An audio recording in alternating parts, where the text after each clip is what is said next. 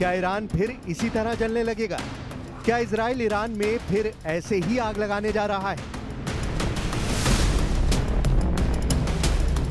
क्या तेहरान समेत ईरान के शहरों में फिर ऐसा ही धुआं उठेगा? क्या ईरान में फिर 360 डिग्री पर मौत वाला खतरा मंडरा रहा है? क्या ऐसे पिन पॉइंट हमलों से ईरान के कमांडर फिर मारे जाएंगे? इस बार टारगेट पर कौन है? क्या ईरान के सर्वोच्च नेता अली खामनेई है? क्या ईरान के राष्ट्रपति मसूद पेजेश्कियान है? या फिर ईरान की मिलिट्री लीडरशिप है? क्योंकि ईरान के टॉप लीडर्स को मारने का इशारा अमेरिका और इजराइल की मीडिया रिपोर्ट दे रही है।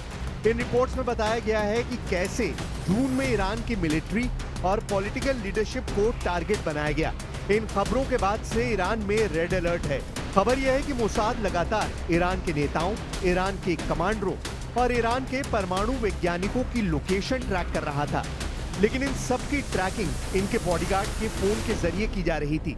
इनके ड्राइवरों के फोन लोकेशन इस्तेमाल की जा रही थी और इसी ट्रैकिंग के जरिए मोसाद ने इजरायली वायुसेना को टारगेट लोकेशन भेजी, जिसके बाद ईरान को एक के बाद एक ऐसे झटके लगे जिसमें उसकी पूरी मिलिट्री लीडरशिप खत्म हो गई और पॉलिटिकल लीडर्स पर भी हमला हुआ।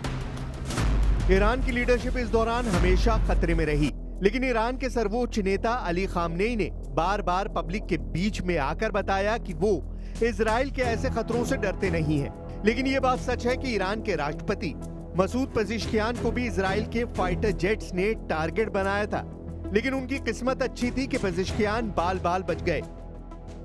अगर अगली बार हमला हुआ तो ईरान पलटवार करेगा, ये मिसाइल इसकी गारंटी दे रहे हैं।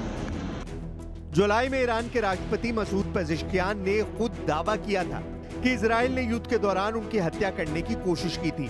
जब वो युद्ध के दौरान एक बैठक कर रहे थे, उसी दौरान इजराइल ने बमबारी के जरिए उनकी जान लेने की कोशिश की, लेकिन इजराइल अपने मिशन में नाकाम रहा। Do you believe the Israeli government tried to assassinate you? They did try, yes. And they acted accordingly, but they failed.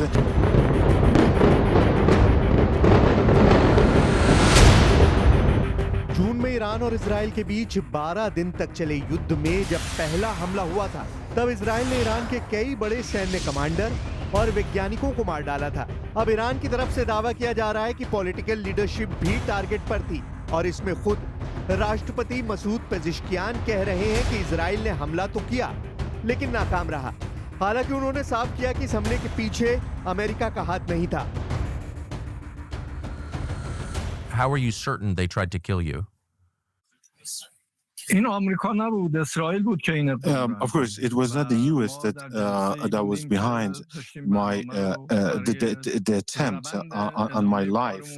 It was Israel. I was in a meeting. We were discussing the ways to move forward.